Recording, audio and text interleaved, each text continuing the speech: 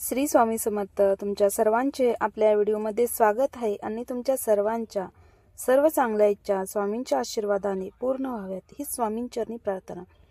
तर आजच्या व्हिडिओमध्ये आपण शिवलीलामृत पारायण का करावे आणि त्याचे महत्त्व काय आणि पारायणाची पद्धत काय याविषयी माहिती जाणून घेणार आहे.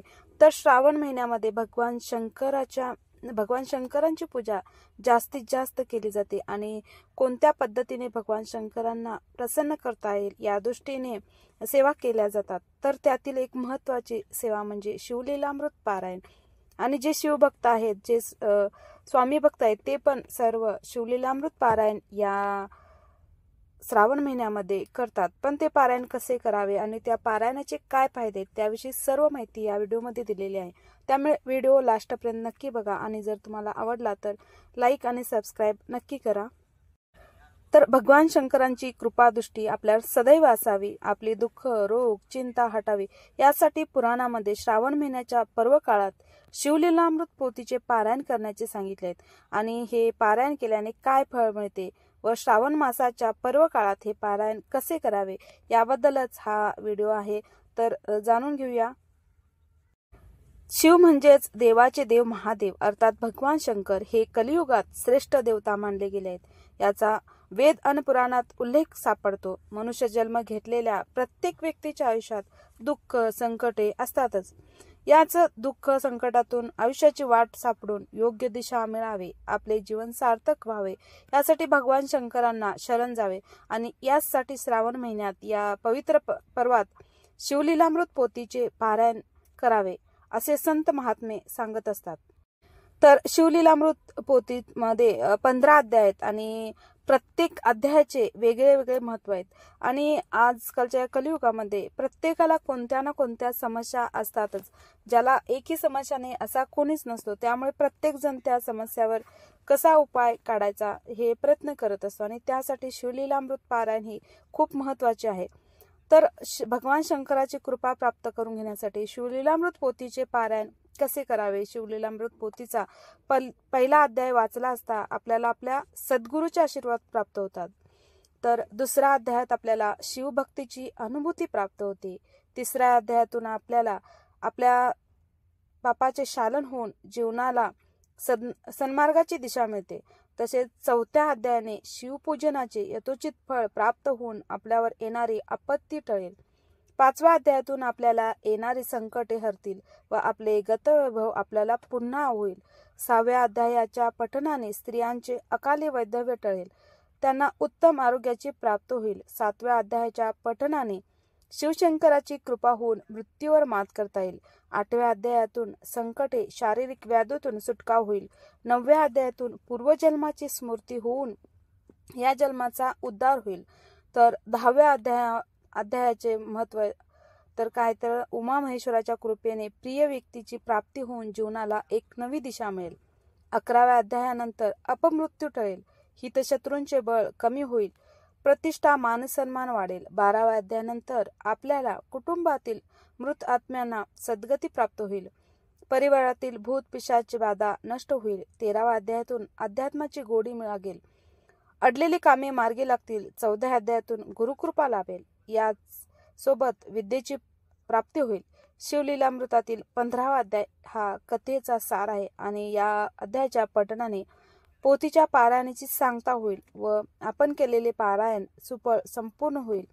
तर अशा प्रकारे प्रत्येक अध्यायाचे महत्व आहे आणि त्यामुळे आपण जर कोणतेही एक अध्याय श्रावण महिन्यामध्ये वाचत गेला तरी चालते. म्हणजे यातील तुम्हाला वरती मी फलश्रुती सांगितले, त्यातील तुम्हाला जी कोणती इच्छा आहे तुमची त्यानुसार तुम्ही रोज एक अध्याय पूर्ण श्रावणभर म्हटला तरी तुमची इच्छा पूर्ण होईल. आणि त्यापेक्षा जर तुम्ही शिवलीलामृताचे पारायण केला तरीही खूप चांगले आहे. आणि शिवलीलामृत हे कोणत्याही आपल्या धार्मिक जे बुक स्टॉल असतात तिथं भेटून जाईल.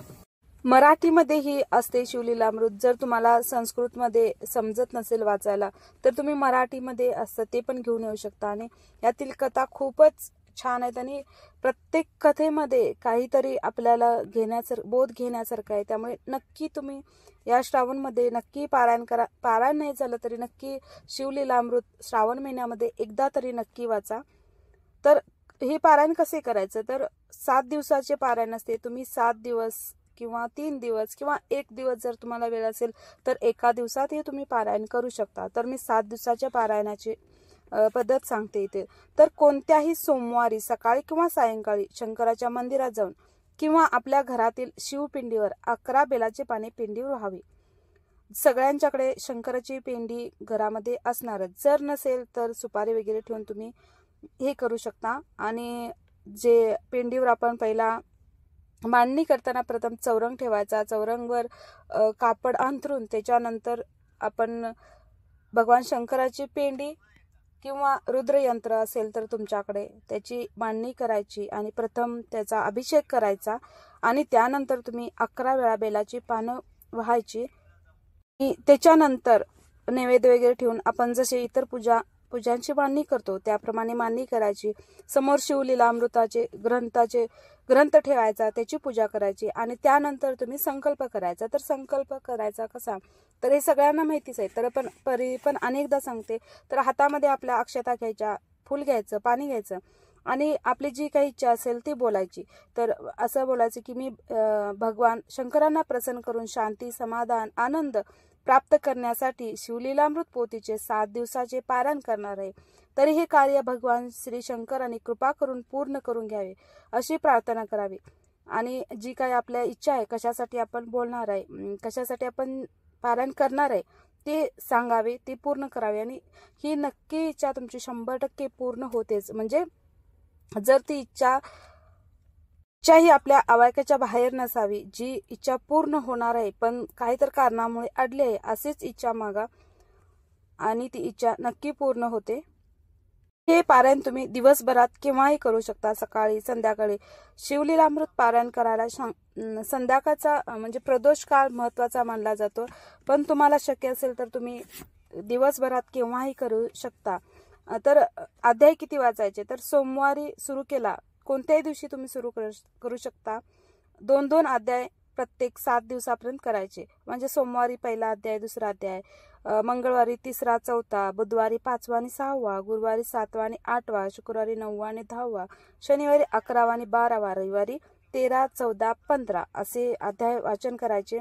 आणि त्यानंतर उद्यापनाला आपल्या यथाशक्ती जर भगवान शंकराच्या मंदिरामध्ये तुम्ही तांदूळ कोणत्याही म्हणजे 1 किलो तुम्हाला जसं शक्य होईल तेवढे तुम्ही तांदूळ आणि थोडी दक्षिणा मंदिरामध्ये ठेवून या.